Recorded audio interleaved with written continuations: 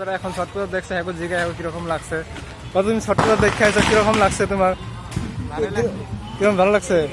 তুমি যে তুমি ছট পূজা আগে দেখছো কি কোনোদিন? দেখছো না? তো এখন ছট পূজা দেখছো এখন কিরকম লাগছে, মানে এখন কিরকম লাগতেছে? কত এরকম দেখছো আগে বিহারি মানুষ ছট পূজা যে, কিরকম ভালো লাগছে না খারাপ লাগছে দেখে কিরকম লাগছে?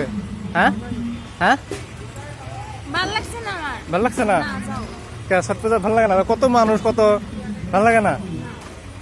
তোমার কিরকম লাগছে ছট পূজা দেখে? ভালো লাগছে? প্রচুর মানুষ দেখে এমনি ভালো লাগে, হ্যাঁ না নাই? নতুন নতুন মানুষ দেখা যায় কোন কোন জায়গা থেকে। তো এটাই মানে এই যে এখানে হয়েছে এটা প্যান্ডেলটা কি দেখতেছো, হয়েছে এটা হচ্ছে নেহরুবালি প্যান্ডেল, বুঝছো? এটা যে এটা হচ্ছে এটা নেহরুবালি যে এটা প্যান্ডেলটা কি জন্য আসছিল?